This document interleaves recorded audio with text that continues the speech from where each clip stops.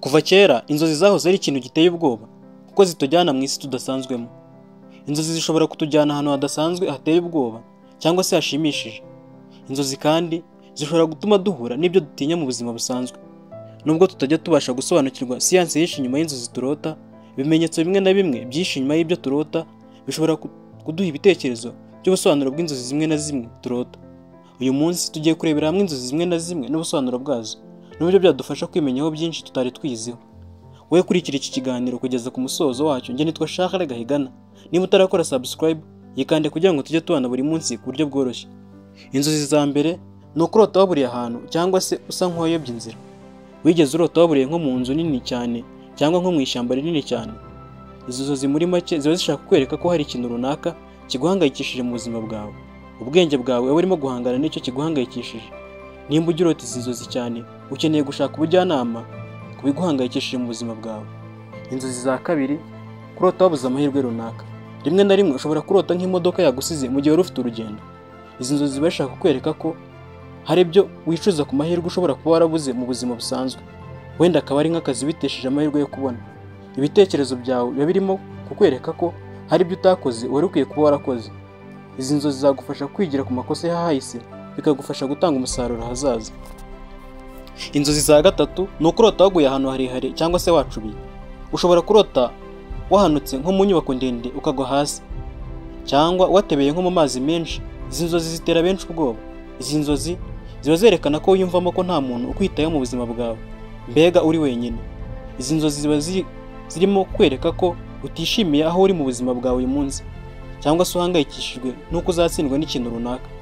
Nimba ujya ugira izi nzozi, ukwiye gusubira inyuma ugatekereza ibiguhangayikishije, ukabishakira igisubizo mu maguru mashya. Inzozi za kane ni ukurota hari umuntu urimo kwirukaho asa nk'ukwirukana. Wigeze urota hari umuntu ukuri inyuma ukwirukankaho? Nimba byarakubayeho, biba bigaragaza ko ubabaye cyangwa se hari ikintu giteye ubwoba udashaka kubona hazaza. Nimba ari uko bimeze, ukwiye kugabanya guhangayikishwa n'icyo kintu kugira ngo bikurinde gukomeza kurota izo nzozi ndetse no kugira uwo muhangayiko. Inzozi za gatanu ni ukurota uguruka mu kirere nk'inyoni. Wigeze urota urimo kuguruka nk'inyoni mu kirere? Inzozi zo kuguruka ziteye amatsiko cyane. Zisobanura ko ufite ibyifuzo bikomeye byo kubona ubwigenge, ukanesha ibikugoye byose. Zerekana ko uri tayari gufata inshingano z'ubuzima bwawe, ugafata imyanzuro myiza yabwo. Izi nzozi ziguha ikimenyetso cyo kwizera, ukagerageza gukora ku ntego zawe wivuye inyuma ndetse unifitiye icyizere. Inzozi za gatandatu ni ukurota wambaye ubusa mu ruhame. Hari igihe ushobora kurota wambaye ubusa mu bantu benshi. Izi nzozi muri make ziba zishaka kwereka ubwoba butewe n'uburyo abantu bakubona mu buzima busanzwe, nko kuba bavuga yuko hari ibintu udashoboye cyangwa se hari ibintu bibukora. Izi nzozi zikwereka ubwoba ugira bwo kuba abantu bakubona mu buryo ubayeho, cyangwa se mu buryo wakwereka abantu uwo uri we mu by'ukuri. Izi nzozi niba ujya uzigira, zikwiriye kubera umwanya wo kwemera uwo uri we, ukigirira icyizere ndetse ukemera ko hari ibyo ushoboye abandi badashoboye. Inzozi za karindwi ni ukurota wasubiye mu hashize hawe. Izi ni inzozi zigirwa n'abantu benshi, aho ushobora kurota wasubiye mu bwana bwawe cyangwa se mu gihe wari ukiri umunyeshuri. Izi nzozi ziba zishaka kwereka ko hari ingaruka z'ibyakubayeho ahashize zitarashira kuri wowe. Iki kikaba ari cyo gihe cyo kuvanaho izo ngaruka. Nimba ujya urota izi nzozi, nicyo gihe cyo gutekereza ahahise hawe, ukiyibagiza izo ngaruka mbi z'ibyakubayeho, ukazishakira umuti kugira ngo ubashe kubaho wishimye. Inzozi za munani ni ukurota utsindwa igerageza. Aho ushobora kurota urimo gukora nk'isuzuma runaka utiteguye. Izi nzozi nazo zisobanura ko ushobora kuba utewe ubwoba no kuba hari igeragezwa ufitiye ubwoba mu gihe kizaza. Bikaba biguhangayikishije kuko uba wumva ko utiteguye, bikaba byatuma utagera ku ntsinzi neza. Nimba ujya ugira izi nzozi, ugomba guhora witeguye ndetse utegura ahazaza hawe kugira ngo uzabashe guhangana n'ibigeragezo by'ahazaza byose. Inzozi za cyenda ni ukurota ikintu gifunze, ukaba ufite amatsiko yo kugifungura kuko utewe amatsiko n'ikirimo imbere. Izi nzozi zerekana ko hari ikintu wifitemo wihishanye, nko kuba hari ibanga ubitse utabwiye umuntu n'umwe. Iyo ufunguye icyo kintu mu nzozi ugasanga kirimo ubusa, biba bishaka kwerekana ko hari ibyo utanyuzwe nabyo mu buzima. Nimba bikubaho, ukwiye gutekereza ibintu ushobora kuba wifitemo udashaka gusohora. Ugomba gutekereza uburyo bwiza bwo kubisohora ukabibwira abandi. Inzozi za 10 ni ukurota ukuka iryinyo. Izi nzozi ziba zishaka kukwereka ko udatekanye cyangwa se utewe isoni n'uburyo abandi bakubona.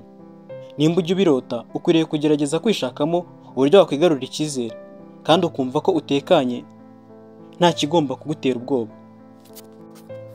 Inzozi za 11 ni ukurota utuntu duto nk'imiswa twiruka iruhande rwawe. Izi nzozi ziba zishaka kukwereka ko ugomba gukorera hamwe n'abandi. Ziba zishaka kwibutsa agaciro ko gukorana n'abandi kuko nta muntu wigira wenyine.